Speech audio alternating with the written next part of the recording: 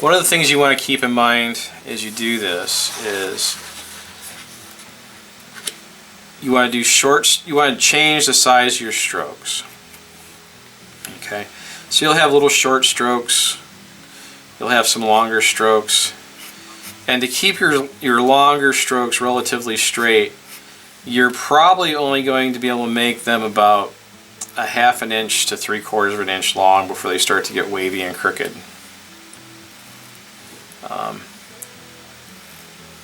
Your wrist and your fingers only want to go so far before they start to bend and wiggle. Okay. So what do you do if you need to hatch an area that's bigger than that? Well, you come to the end of your line and you set it down and you do another line. Alright, you just kind of extend that. Or you give it a little space in between and do the same thing. Okay. It's whatever pattern and how you decide to do it. And then you can come across and do your cross hatching. Okay. Yeah, I just realized there that was a dumb question I asked when I said you've got to use a different brush than you would paint with because this is permanent ink. Yeah, if you wash it out while it's still wet, you're fine. If it dries in there, the brush is probably done for anything else. Yeah.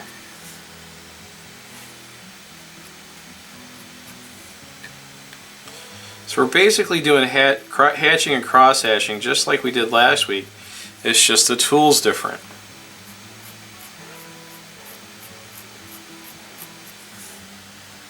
When do you use micron versus using these tools? It comes down to the look that you want. This will give you a more, in my opinion, organic look and an older look. Micron pens still have that kind of felt tip pen quality to them. They make a lot of pens that are similar to Micron pens that actually have ink cartridges in them and a metal tip. Yeah. The one that most everybody knows is Rapidographs. Rapidograph pens are very expensive and they clog up almost immediately. They're very hard to keep in working order and they take a special ink. But every kind of pen makes a different kind of mark. You know, fountain pens are great. They make their own kind of marks. They're made to go in multiple directions, where these are kind of limited to really two directions.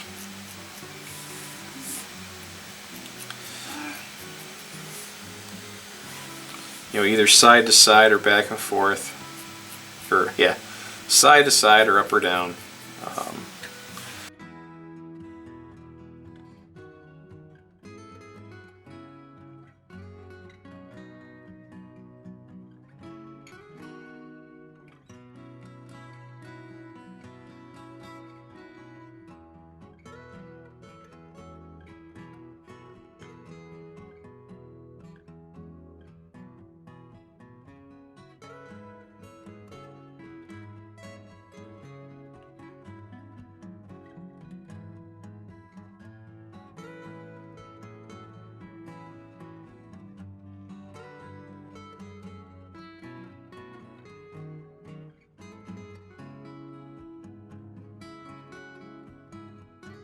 So you want to start inside those shadow areas, those real dark areas, and make your lines come out of those.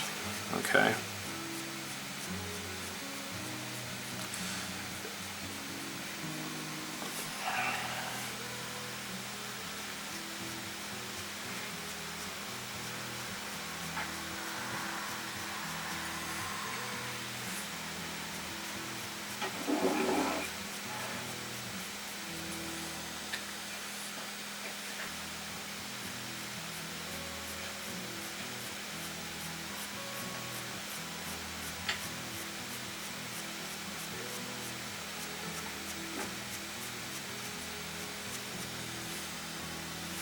Now, that obviously is leaving a hard edge there.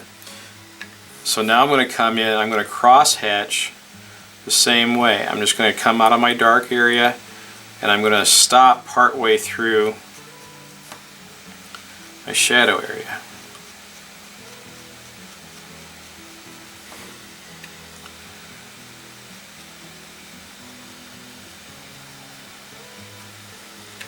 And you just kind of keep turning and working, you know, hatching and cross hatching through there until that transition line starts to go away.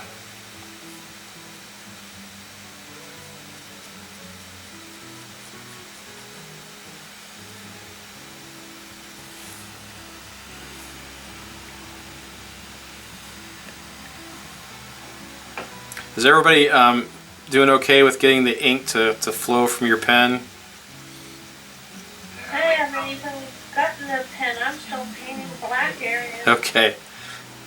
If you have a problem with that, you probably don't have quite enough ink in your little cap. Occasionally you get a bum pen, but most of the time it comes down to not having enough in that little cap.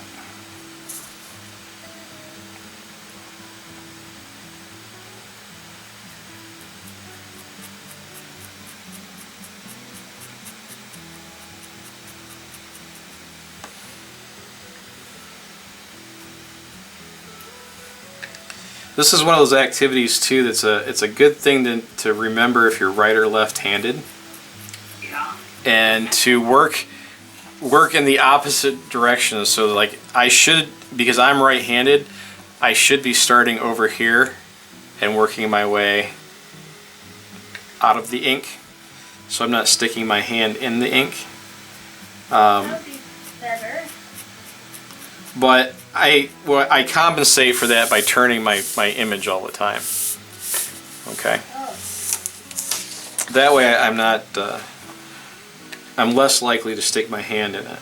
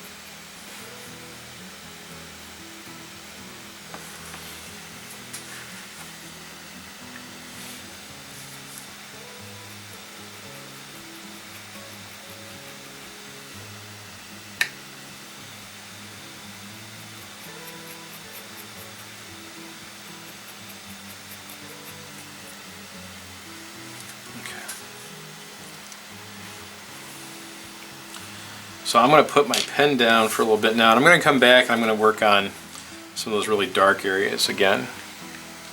And I think I'm going to get a different brush because this one just doesn't point anymore. It's kind of, that was a class brush, so I'm sure it's seen better days.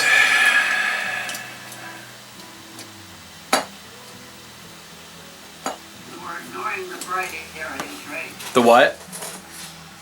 I'm sorry, I didn't. The white areas? Yeah, yeah.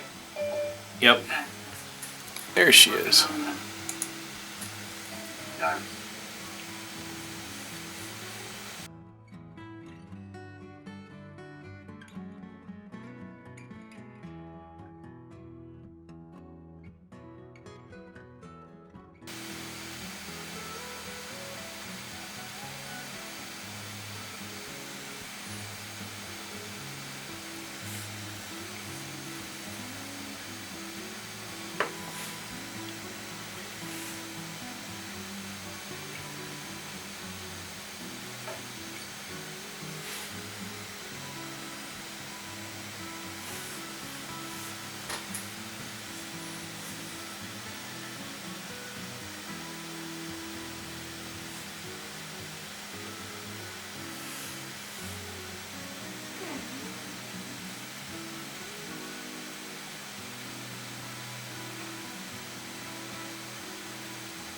No, when I put down the pen, do I just leave it as is, or should I dip it in the water, or what? No, don't.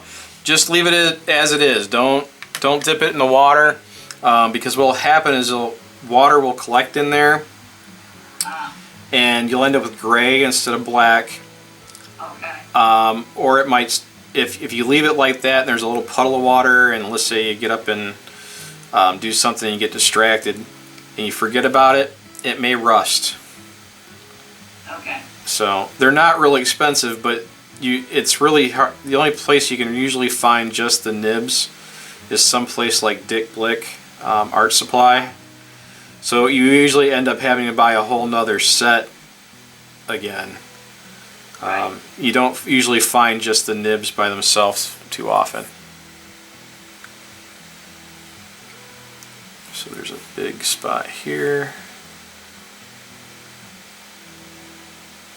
I saw a video on Facebook where people were using the Doc Martin colored inks. Yeah, those are great. into wet watercolor paper, and then twisting and like they drew the image first, and so they wet the image of a whale, and then they put these wet, the ink.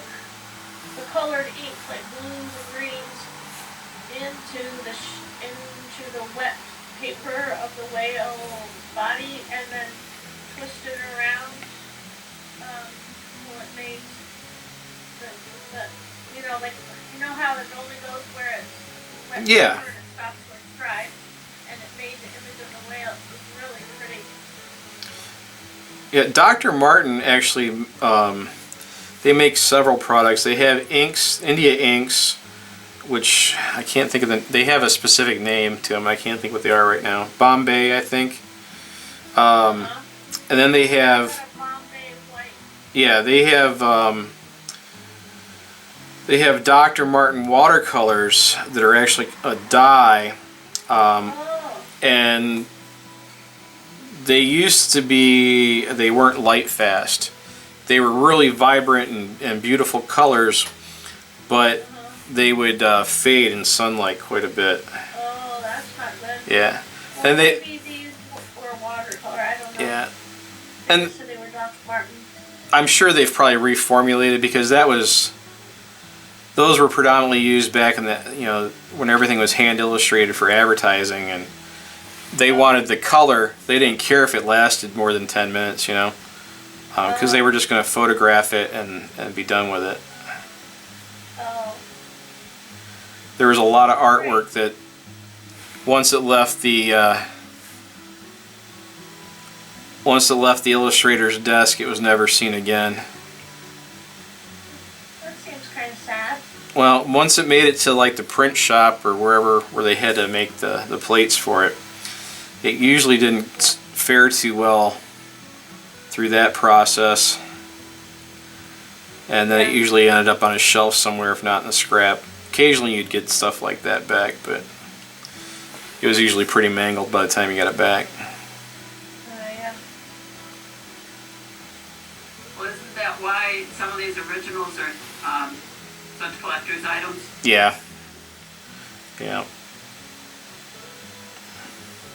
And most of them were done in such a way that they weren't really meant to survive any of that stuff. It was it was however you could get it done and have it look good, and whatever processes you could use to get it there. You know, a lot of times things would be taped or glued on to it to get a texture or an effect. You know, one of the things that when I was in art school, we were kind of on the edge of being able to do stuff digitally. It was just getting to be a thing. But you might have to wait an hour or two for the computer to actually draw the thing that you wanted it to draw. Oh man. You know, you'd have to sit there and wait for it to render, wait for it to catch up to what you were doing. But so we learned a lot of traditional techniques too. And you know, there's some stuff that you would have seen somewhere and you thought it was really cool. How'd they paint that or draw that? And what they did was they just took like a piece of tissue paper and you know, scribbled over a brick to get the texture they wanted, and then they cut it out and glued it down. Oh. You know, that kind of thing. So yeah, but it was fine because it was going to be photographed in some fashion, and you would never see that. If you know, if you saw it in person, you'd think, what the heck is that mess? But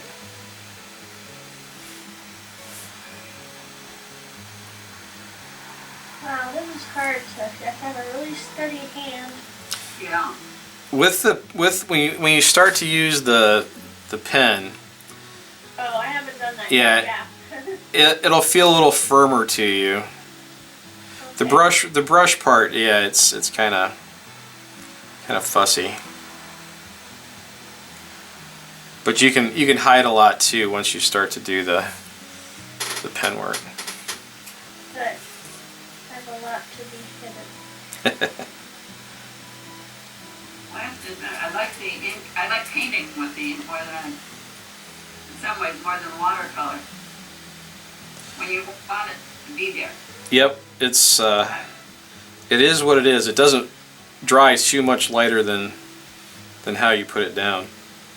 Yeah. And usually if it dries lighter, it means one of two things. You either you rinsed your brush for some reason, you've got a little bit of water in there, or when you put it down, you really put a lot down so it was wetter and had a longer time to soak into the paper. So if you ever want anything to be really black, you may have to do 2 passes on it. So most of my brush work is done. So I'm going to rinse my brush out really good, get as much as I can out of it, and then I'll wash that out with soap and water later. So I'm going to go back to my pen here, and I'm going to put a little bit more ink in my cap because I used quite a bit with my brush.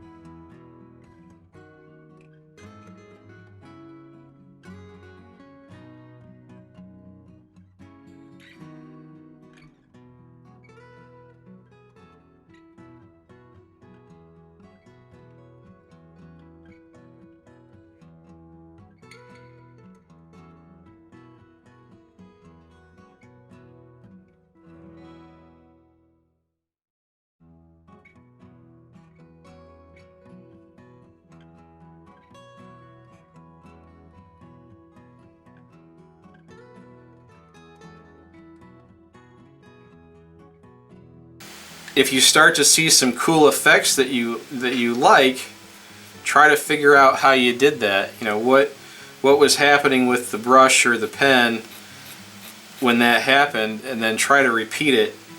And you might end up coming up with a style or a technique that you really like, just because the problems with the tools forced you to do that.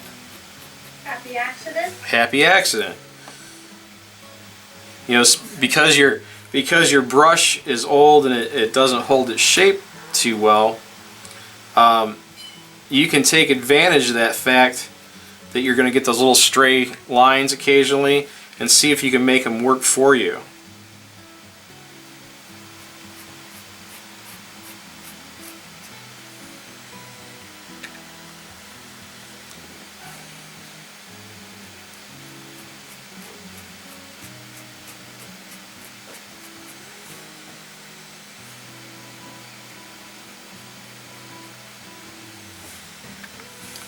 So as you get in here and you start to do some outlining,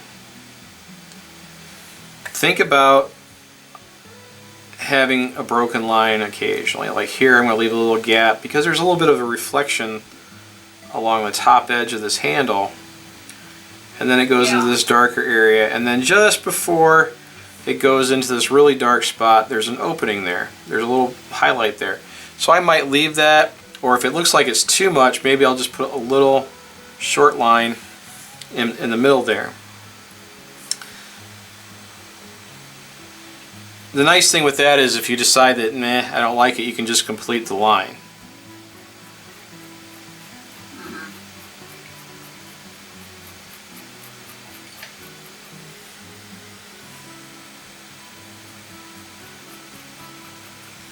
I forgot what you said about dipping the nib into the ink. Do you try to cut some into the concave side, or just dip Just dip it the way that you hold it, you know, like you would hold a pencil. The round side should be up, and you want to be able to dip it deep enough that it gets almost halfway up to the hole. If it gets up to the hole, that's okay. If it gets above that, you probably got way too much. Okay. Okay. And it'll take a little while, but you get into a rhythm with it, and you'll start to get a feel for it and how much is enough and that kind of thing. It's kind of cool. And you always want to try to be pulling towards you or going in an angle, you know, side to side. You never want to push forward with it. You know, so if you see me making lines that are going up away from me, they're actually sideways lines, okay? So I'm not going like this. You never want to go like that, because that nib can dig in and then it'll splatter, or you'll bend the tip.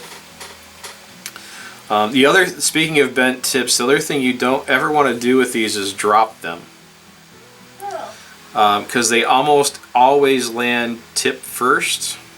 That wrecks it. Yeah. Sometimes if you get a snag with them, and the tip kind of crosses, sometimes you can just kind of use your fingers and wiggle them a little bit and they go back into place. But and if they roll off your table and onto your lap, they usually land point first. That's not good. Yeah, it's not horrible, but it's not like an X-Acto knife where you want to jump out of the way.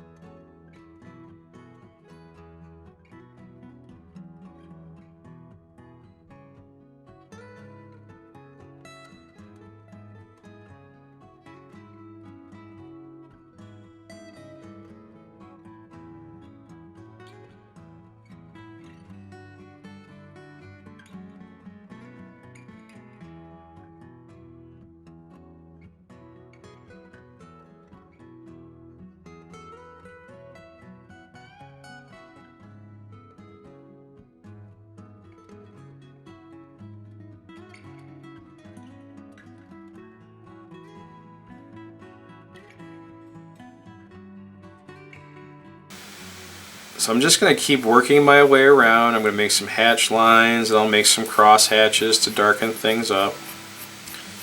And the whole thing tonight is just to get acquainted with using liquid ink with one of these pens and a brush. We'll do another project like this where we'll actually dilute the ink with some water, so we have shades of gray, and then we'll do some pen and ink work with that. And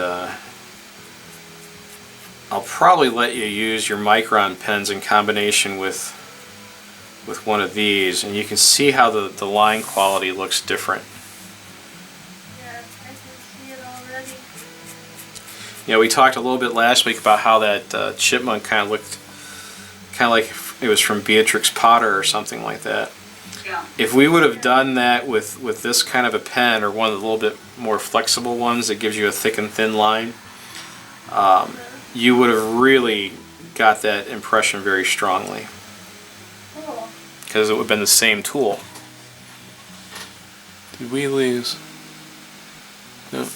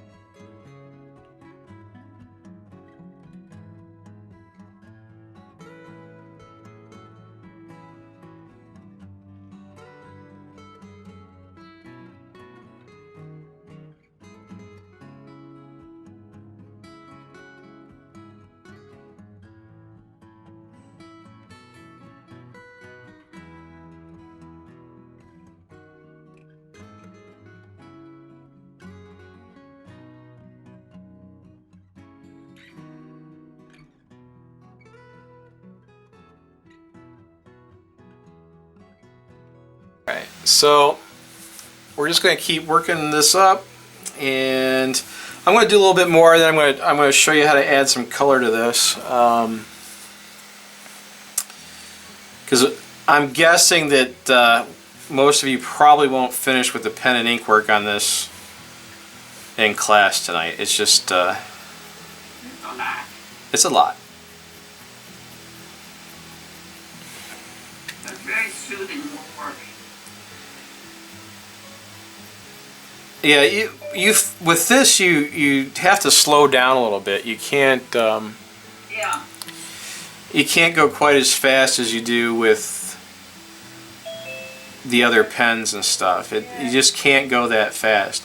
Now, when we do ballpoint pen you can just go nuts with. You can go really fast with that.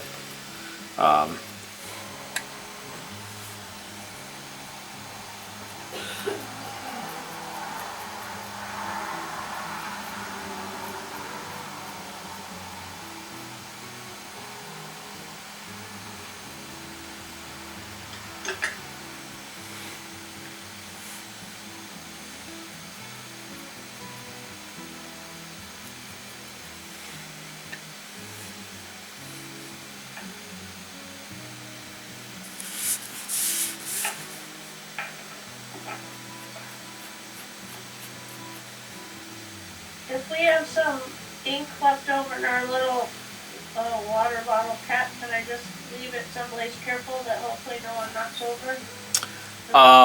I would pour it back into the bottle if you can. Oh, pour it in the bottle. Yeah, because it will dry. It will dry on in your cap. Okay. I don't know how fast that would dry out. Okay.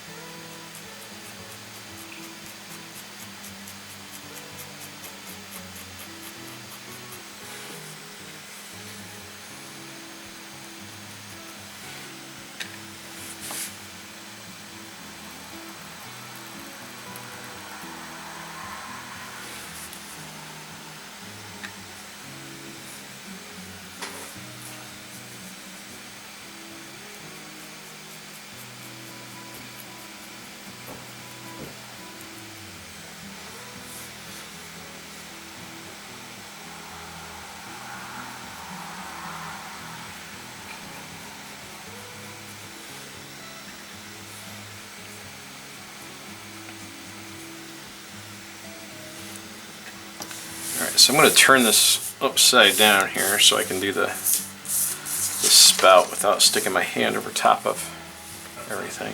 So anytime you turn your drawing upside down, make sure you turn your reference upside down too. I know that sounds kind of ridiculous that I have to say that, but you'd be surprised how many times I forget to flip it, or I'll be in a class and somebody's having a hard time figuring out what something looks like, and they've flipped their artwork upside down, but they never flipped the reference. Which, you know, if you're like using an iPad to for your reference, that's kind of hard to do, but.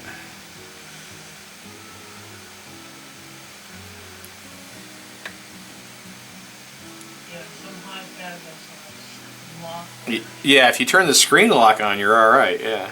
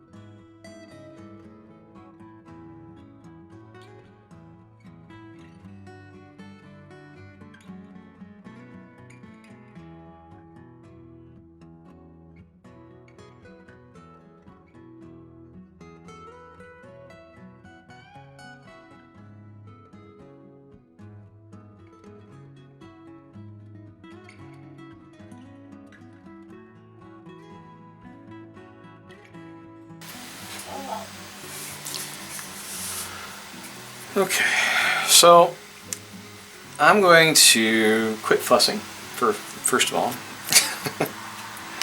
and I'm going to start to add some color. So let me get my color view where I can see it. And you know, we talked about last week that when you put color over top of your ink, you lose a little punch from the ink because of the pigments in the paint. That's going to happen too with the colored pencils. So the nice thing is with this ink is it will usually, and I say usually, mark back over top of the colored pencil. Occasionally, if you have really waxy pencils, you get so much wax buildup that it wants to kind of skate around on top of there.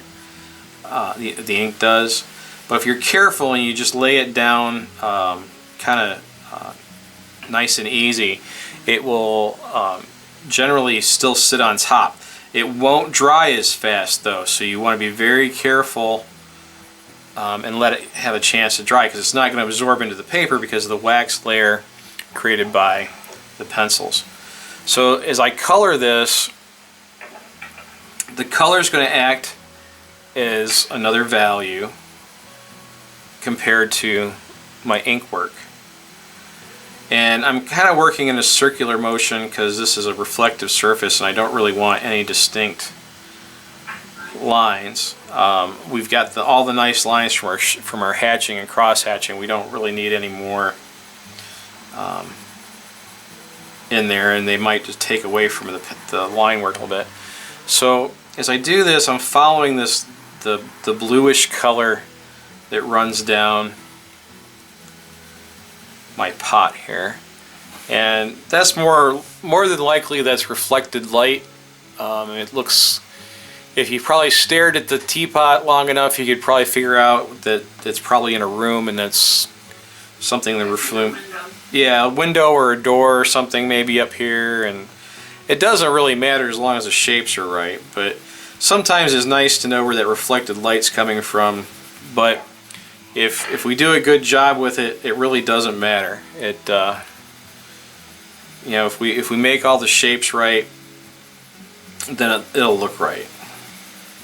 Now these are not watercolor pencils, right? No, these are Crayola. These are Crayola pencils, and they're not the washable ones. They're just the regular old Crayolas.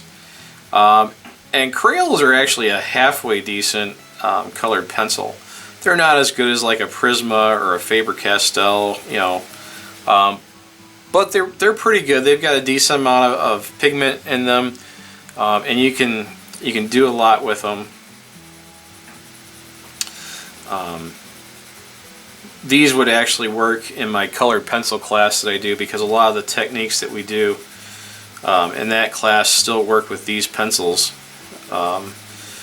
It's just eventually you would notice the difference between the amount of color that you can lay down with these, you know, compared to a Prismacolor pencil.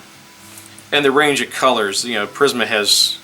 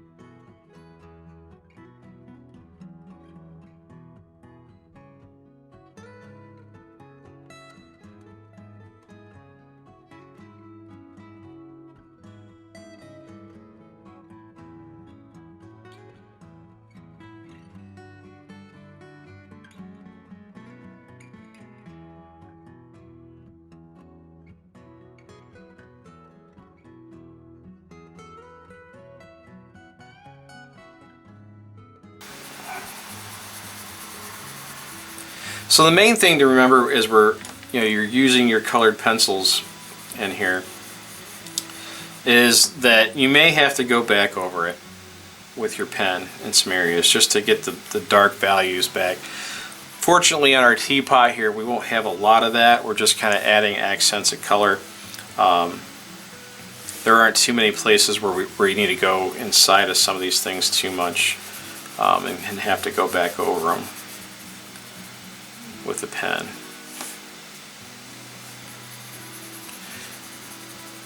So for these more brassy areas, I'm laying down some yellow first, and then I'll come back over that with a little bit of orange and add another layer to it.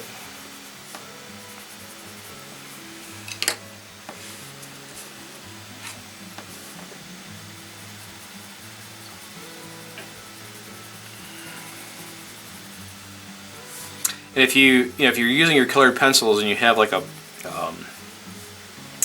they make a colorless blender pencil, you can use that with this. You can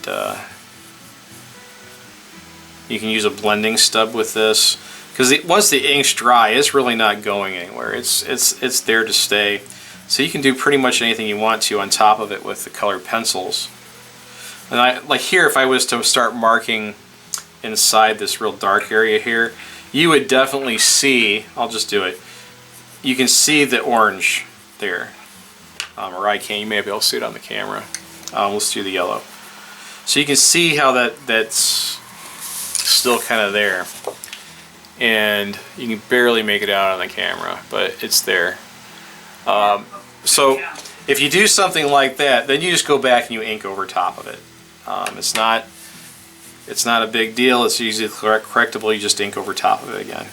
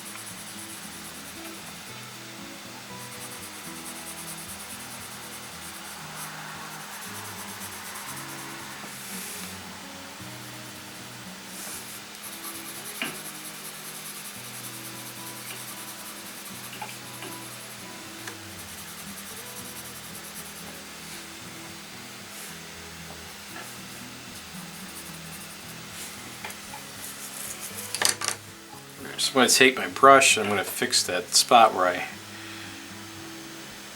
put the pencil in there.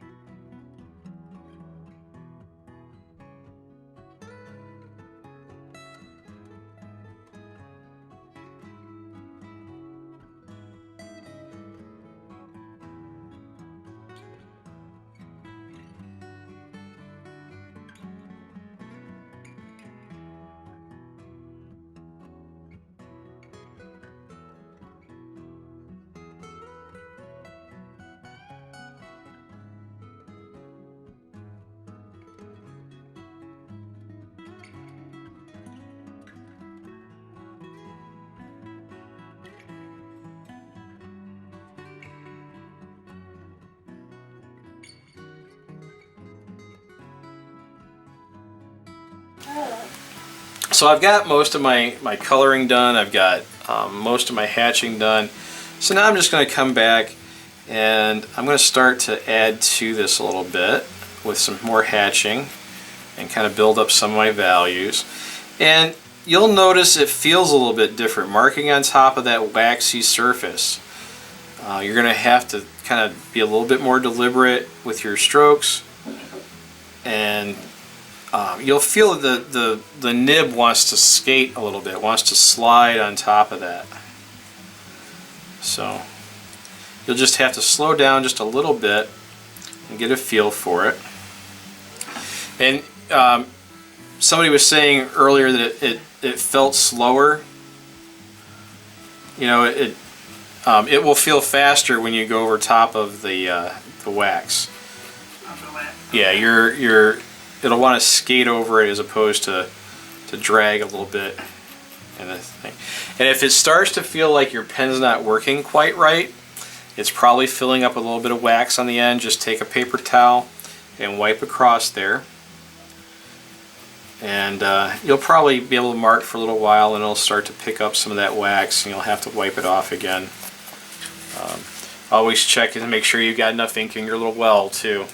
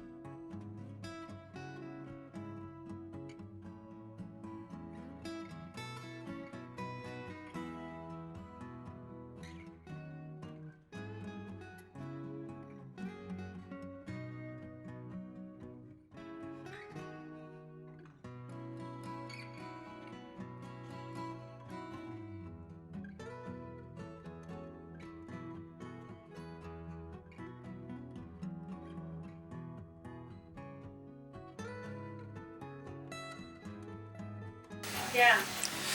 Well, you can always put some color down and then work back over it. It's just going to feel very different.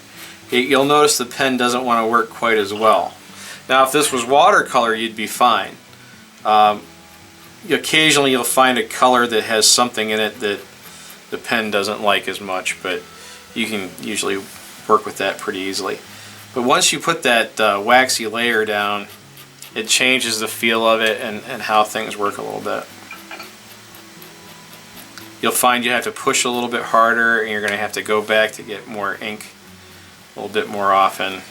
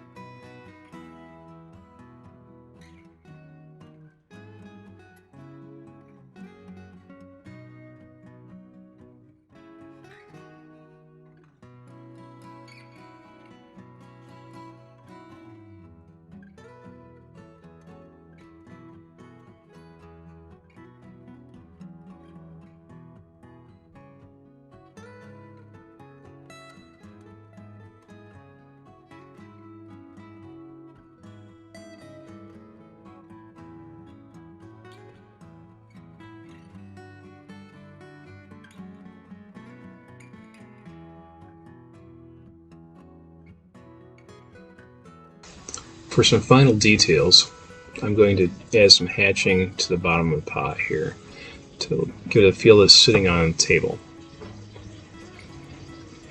You don't need a lot, but just a little bit to anchor it.